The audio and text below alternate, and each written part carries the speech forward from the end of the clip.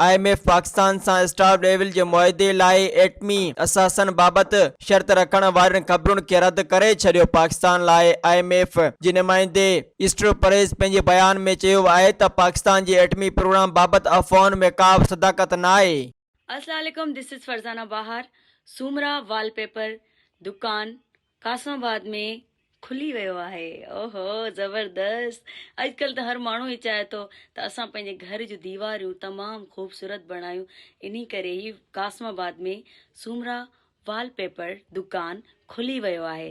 त तव्हांखे अगरि राब्तो करिणो आहे त रांझन अली सां राब्तो करे तव्हां पंहिंजे घर खे ख़ूबसूरत बणाए सघो था।